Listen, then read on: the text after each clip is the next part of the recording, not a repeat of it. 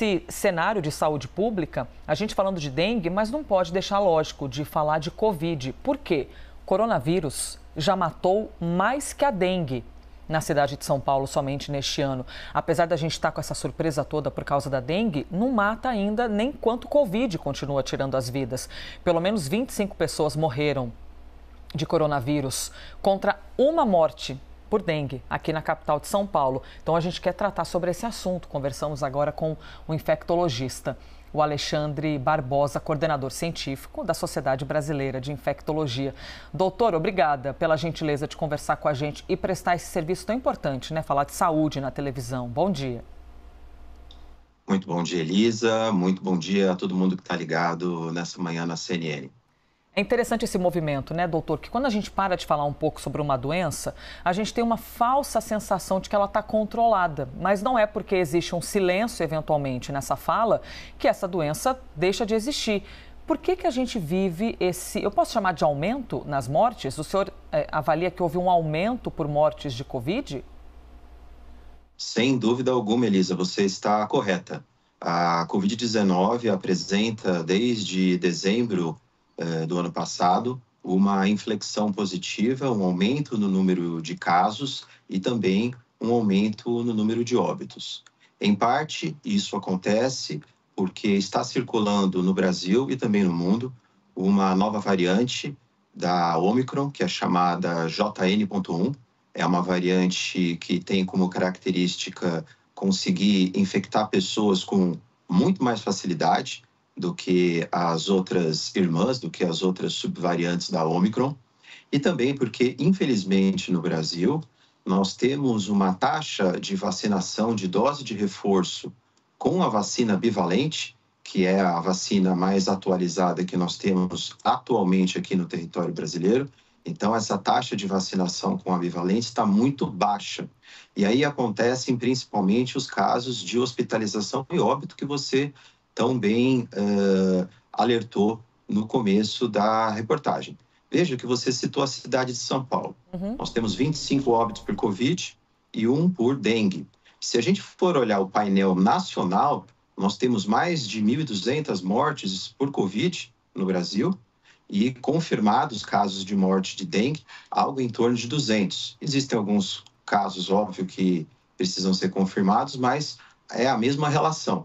As pessoas ainda morrem muito mais de Covid do que de dengue.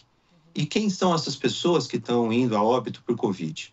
São principalmente pessoas mais vulneráveis, idosos, pessoas que têm problemas de imunossupressão e crianças que não foram corretamente vacinadas, ou que não têm nenhuma dose de vacina, ou então que não fizeram um reforço com a bivalente, que é a vacina, como eu disse, aqui no território brasileiro, mais atualizada que temos. Doutor, quando o senhor fala sobre criança, bom, a gente lamenta qualquer morte por qualquer tipo de doença, porque cada família vive seu luto particular e a gente sabe o quanto isso é problemático. Mas quando a gente fala de criança, é como se a gente multiplicasse o tamanho dessa preocupação. O que acontece na avaliação do senhor? Por qual motivo essa não vacinação correta, toda essa coisa se debate, né? Esse discurso de desmerecer vacina, de colocar em descrédito a ciência. O senhor avalia que isso pode ter colaborado para que esses pais deixem de levar as crianças? Infelizmente, as fake news que grupos anti-vacina disseminam a toda hora nas redes sociais acabam por levar a uma hesitação vacinal dos pais. Então, tudo isso começou, Elisa, com aquela informação lá do começo de 2020 que a Covid era uma doença mais branda em crianças. Não há dúvida que a Covid-19 ela é mais grave, ela leva a mais hospitalizações e óbitos, principalmente em idosos, pessoas com comorbidade, pessoas imunossuprimidas. Mas não é por conta dessa menor gravidade que as crianças não sofram de forma bastante importante o impacto da doença.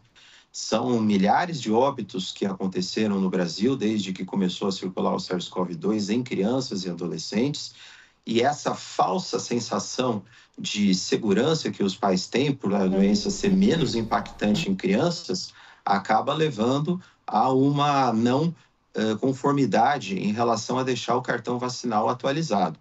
E as fake news colaboram de forma importantemente nesse sentido. Portanto, o recado é que tanto para crianças e adolescentes, quanto para idosos, pessoas com comorbidade e também pessoas imunossuprimidas, que o calendário vacinal, que a caderneta vacinal para a Covid-19 esteja o mais atualizada possível.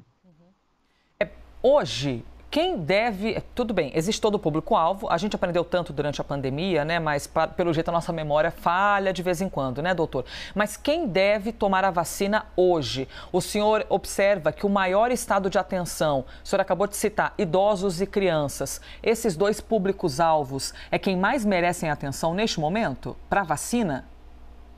Vamos recortar essa resposta, Elisa, em duas partes, tá? Certo. Primeiro, vamos falar dos grupos mais vulneráveis, que, como a gente já comentou, mas vamos relembrar, são as crianças e adolescentes e também idosos e imunossuprimidos. Essas pessoas têm que verificar se já estão com o reforço com a bivalente, que é a vacina mais atualizada que temos. Para idosos e imunossuprimidos, mesmo que você tenha feito a dose com bivalente no ano passado, se já passou 6 meses, é necessário um segundo reforço com bivalente. Isso é muito importante, porque mesmo com a primeira dose de bivalente, Elisa, nas faixas etárias, por exemplo, acima de 70, 80 anos, eu não tenho cobertura com bivalente em nem 50% da população. Ou seja, metade dos idosos com mais de 70 anos estão sem o reforço para a vacina atualizada que nós temos aqui no Brasil com a bivalente. E com crianças e adolescentes isso é até pior, chega a taxas tão baixas quanto a 1, 2%. E os pediatras, os colegas da Sociedade Brasileira de Pediatria, né, vivem alertando do número excessivo de internações e óbitos nessa faixa etária. Então esse é o cenário atual. Eu falei que ia ter a segunda parte. A segunda parte da resposta é daqui para frente.